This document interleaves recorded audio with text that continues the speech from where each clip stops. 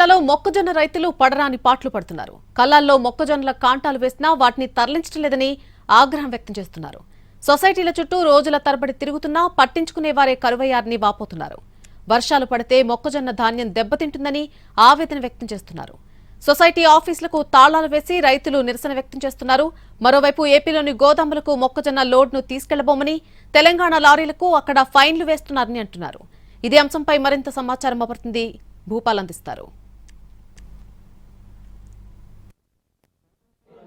ఖమ్మం జిల్లా విషయానికి వచ్చినట్టయితే ఈసారి మొక్కజొన్న ఎక్కువగా పండించారు, వరి చాలా తక్కువగా పండించారు. మొక్కజొన్న మీద రైతులంతా ఆశలు పెట్టుకున్న పరిస్థితి. అయితే మొక్కజొన్నకు సంబంధించి కొనుగోలు మాత్రం చాలా సమస్యాత్మకంగా మనం చూస్తున్నాం. సొసైటీల్లో ఎలా పడిగాపులు కాస్తున్న పరిస్థితి. రోజుల తరబడి ఇక్కడ సొసైటీల్లో పడిగాపులు పరుస్తున్నారు. ఇటు వరి ధాన్యం, అదేవిధంగా మొక్కజొన్న విషయాలకు వచ్చేసరికి చాలా తీవ్ర సమస్యలు ఎదుర్కొంటారు. లారీలు వచ్చినా సరే ఆ లారీలు కూడా వెళ్ళని పరిస్థితి ఏర్పడింది.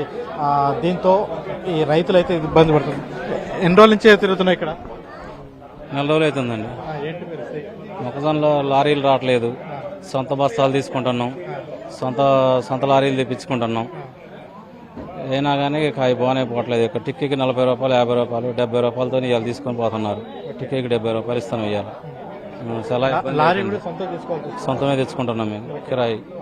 చెప్పండి, ఏంటి పరిస్థితి? ఎన్ని రోజులు అవుతుంది ఇక్కడికి వచ్చి? ఏంటి? మేము గత వారం నుంచి తిరుగుతున్నాం అండి. కాకపోతే ఈ రైతులు మొత్తం కూడా ఎక్కువ ఈ లారీలు దొరక్క ఇబ్బంది పడుతున్నారు. అందుట్లో మాకు టిక్కీకి వచ్చేసి 70 రూపాయలు, 80 రూపాయలు లారీ వాళ్ళు తీసుకుంటున్నారు. టిక్కీలు మేము కొనుక్కుంటున్నాం, కాటాలు మేము పెట్టుకుంటున్నాం, లారీ కిరాయిలు మేము పెట్టుకొని ఈ మొక్కజొన్నలు అనేవి పంపించాల్సి వస్తుంది. చాలా ఇబ్బందిగా ఉంది. పై అధికారులు, ఆఫీసర్లు మా ఇబ్బందులు కొద్దిగా ఆలోచించి రైతులకి కొద్దిగా మేలు చేయాలని కోరుకుంటున్నాం. నేను ఒక 900 కింటా పండించి ఎంత అమ్మావు ఇక్కడ? ఇప్పుడు వరకు 400 కింటా అమ్మే సార్. మిగతా వాటి కోసం 50 రోజులు అయింది కాటాలు వేసి. ఇంతవరకు అట్లే ఉన్నాయి కళ్ళాల్లో. 50 రోజులు అవుతుందా? 50 రోజులు అవుతుంది. 50 రోజుల నుంచి కళ్ళాల్లోనే ఉండిపోయింది. ఇక్కడ తీసుకురావట్లేదు. ఏమంటారు? అప్పుడేమో లారీ ఎక్కిన తర్వాత తమ్మేయటానికి రమ్మన్నారు.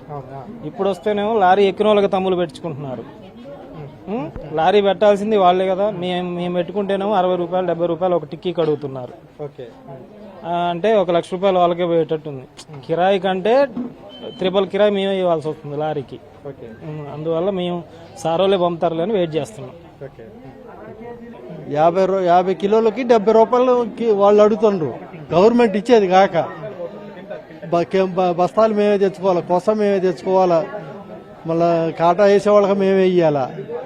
లారీలు వచ్చేది లేదు. చేలల్లో ధాన్యాలే ఉన్నాయి. ఒడ్లు కానీ మొక్కలైనా అక్కడే ఉన్నాయి. అది పరిస్థితి.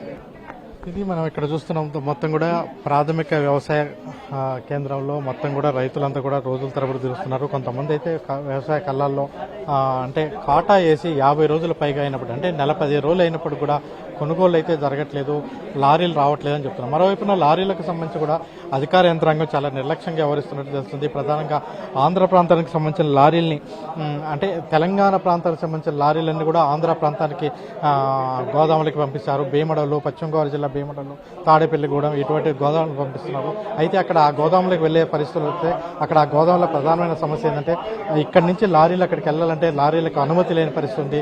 ఇటు లారీలు దొరకక అదేవిధంగా రైతులు మాత్రం తీవ్ర ఇక్కట్లకు గురవుతున్న పరిస్థితి ఉంది. మొత్తం మీద ఈ మొక్కజొన్న రైతులకు సంబంధించి చాలా తీవ్ర ఇక్కట్లకైతే గురవుతున్నారు. ఇటు అటు ధాన్యం పరిస్థితి అదే విధంగా ఉంది, మొక్కజొన్న పరిస్థితి అదే విధంగా. గోదాములు లేవని అధికారులు చెప్తున్నారు. గోదాములు ఖాళీ లేకపోవడం వల్ల పంపించలేకమని అధికారులు చెప్తున్నారు. లారీలు తీసుకొచ్చి పెట్టినప్పటికీ ఆ లారీలకి ఎక్కించే పరిస్థితి కూడా లేని పరిస్థితి కొన్ని ప్రాంతాల్లో ఉంది. మొత్తం మీద మొక్కజొన్న